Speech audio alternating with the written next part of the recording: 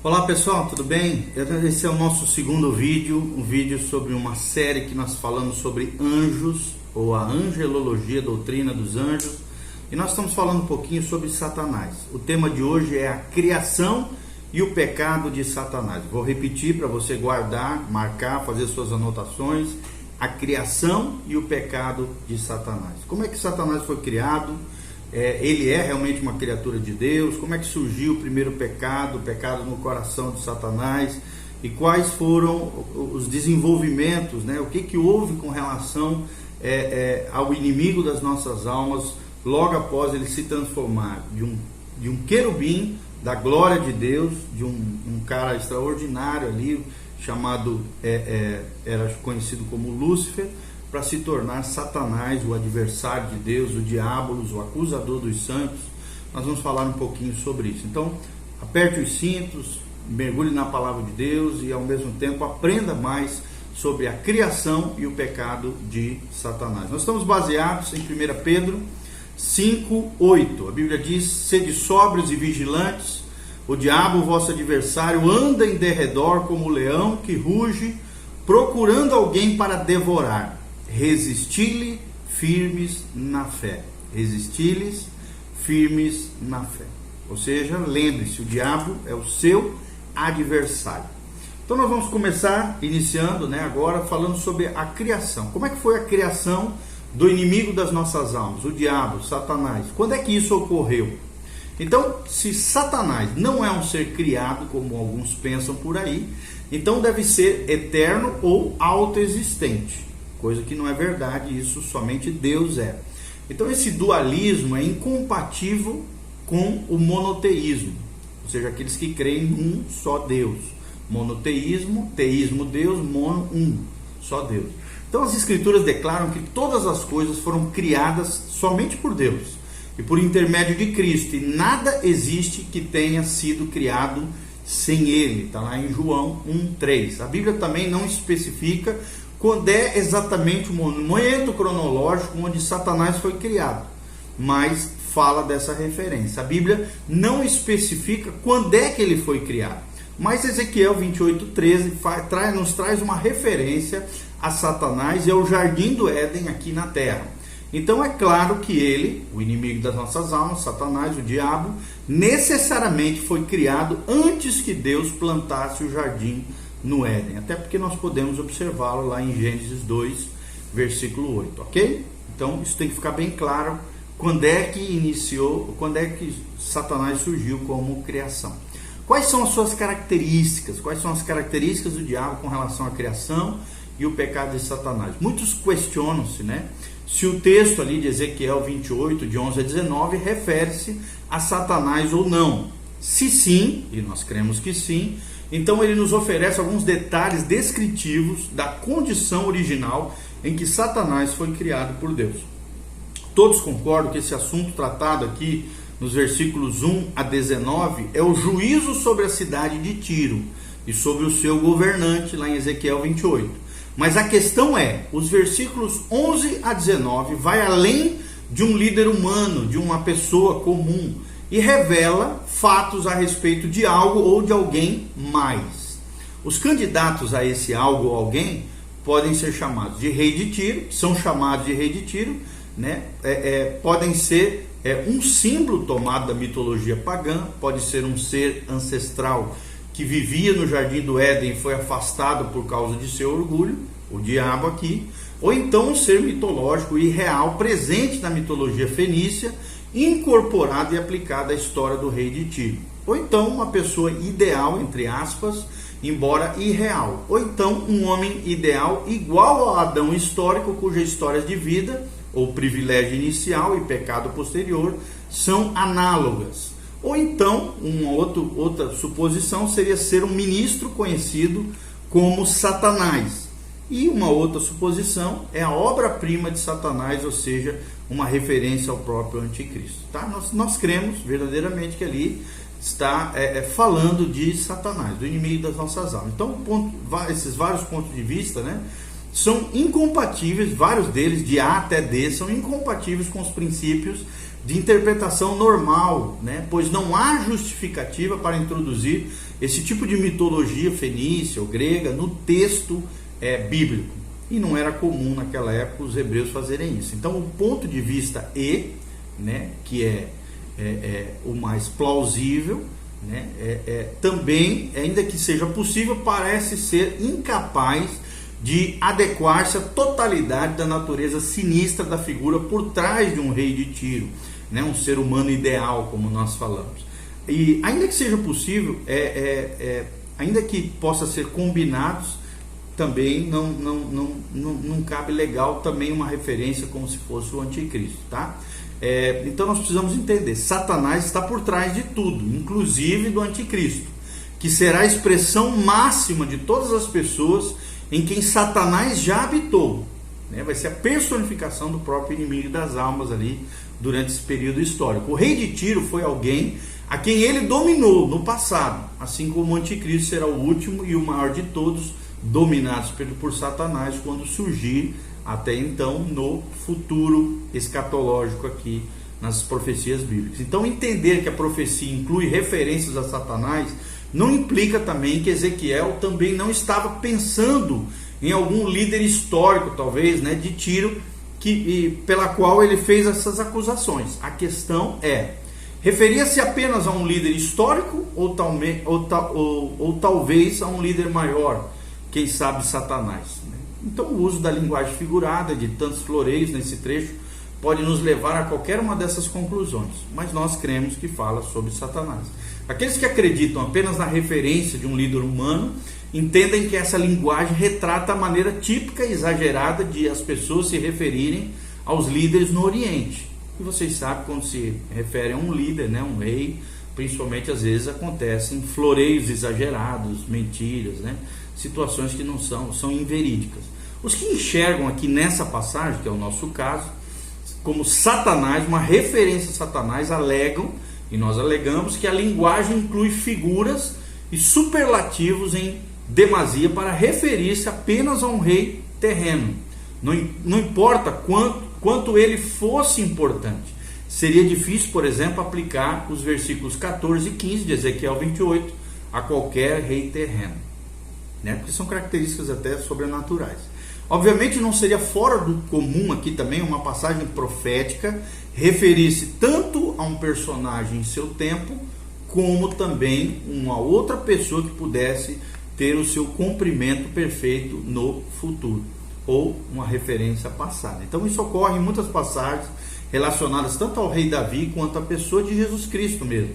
Também acontecem referências feitas ao príncipe da Pérsia, por exemplo, em Daniel 10:13, né, uma passagem que deve referir-se a um ser sobrenatural relacionado ao rei da Pérsia, ou seja, um demônio, uma potestade que agia no reino da Pérsia. Sendo assim, então, podemos dizer que Ezequiel 28 trata tanto do rei de Tiro, o homem natural, naquele momento, quanto de Satanás, que não seria apenas uma interpretação conclusiva. Realmente, então, essa parece ser a conclusão certa. Se tratava de um rei histórico de Tiro, mas também simbolicamente era uma referência do seu instrumento, daquele que estava por detrás, ou seja, de Satanás. Possivelmente estava possuído esse rei de Tiro pelo próprio diabo, né? Quando foi descrito ali por Ezequiel, ele também faz pequenas revelações sobre essa criatura sobrenatural.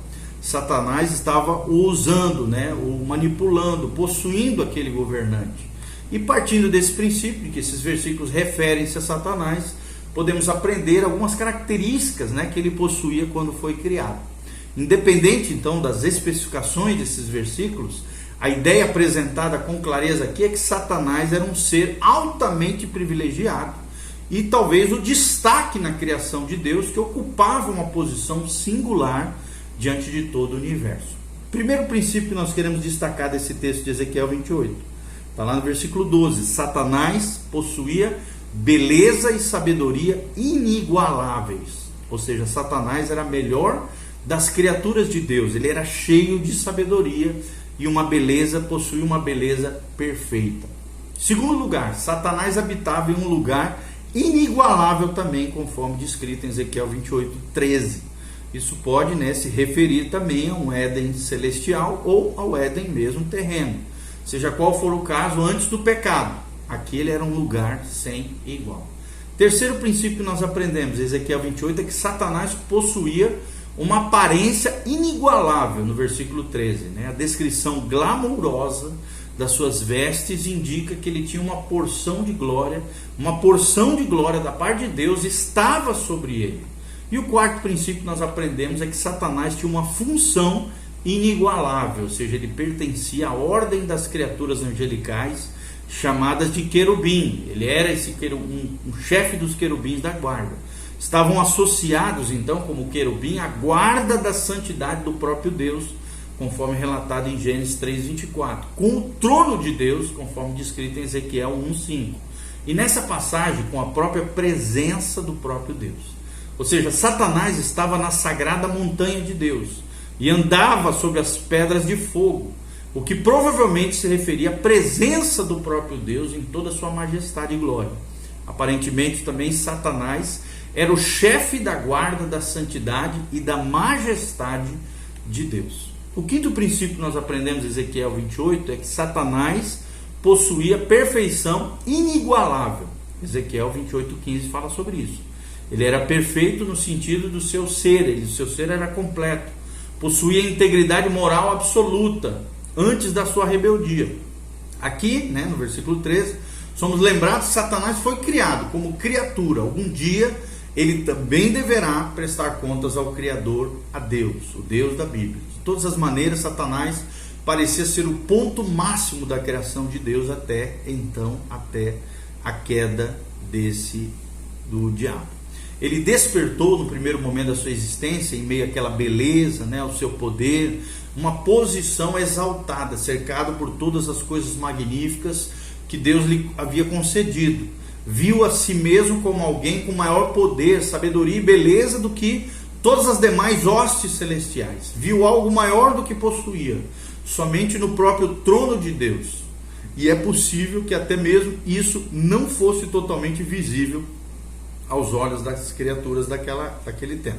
Então, antes da sua queda, podia-se dizer que ele ocupava o papel de uma espécie de primeiro-ministro de Deus, ok?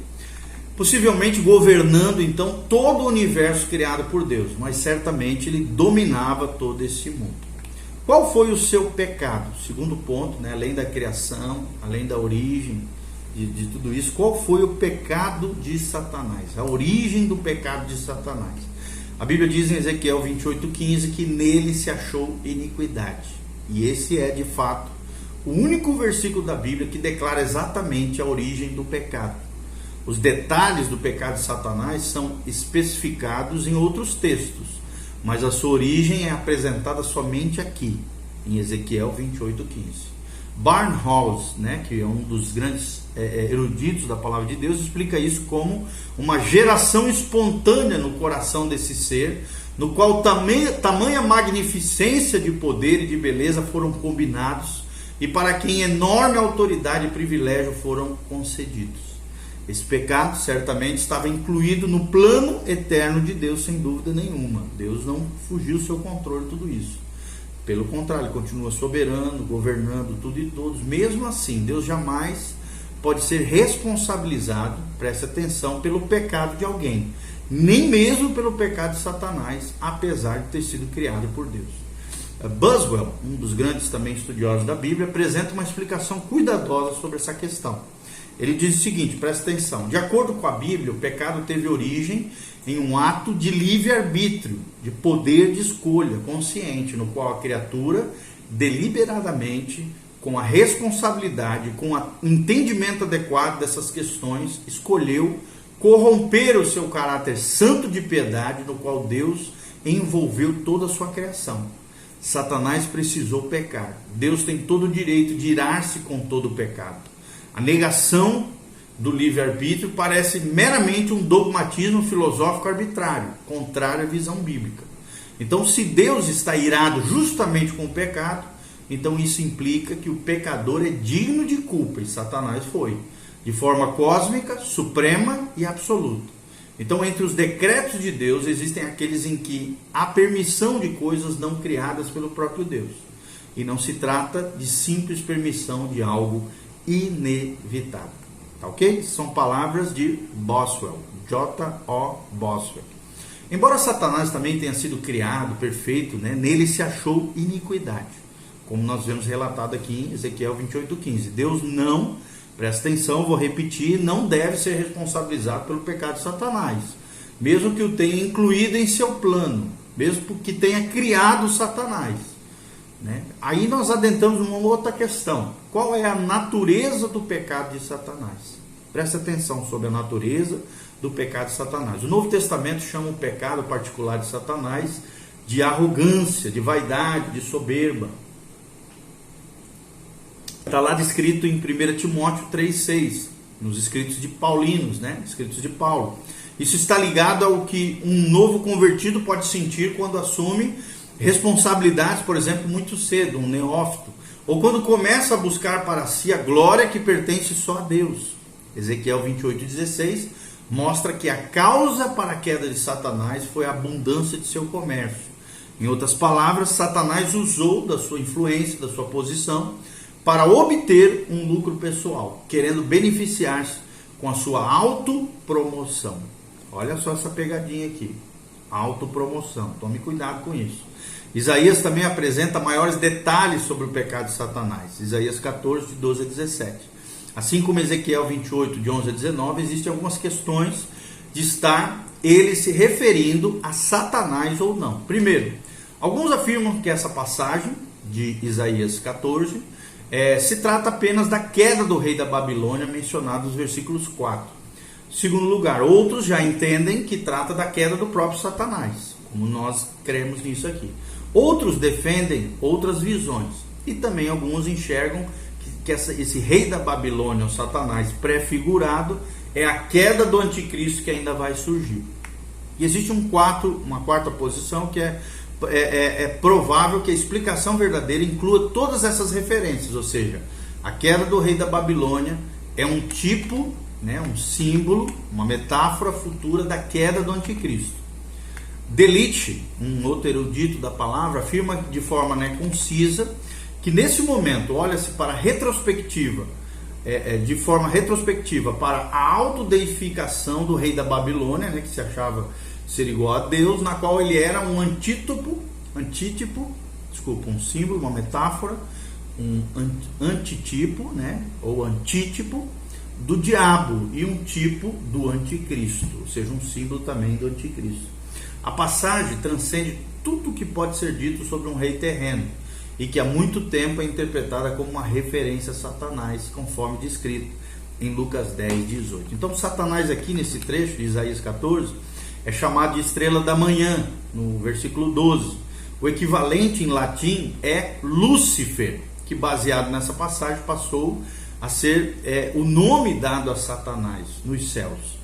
Contudo, o uso dessa estrela da manhã, em referência a Satanás, dá uma indicação do caráter de seu plano contra Deus, como o mesmo título, o título também é usado em Apocalipse 22:16, para falar de Cristo.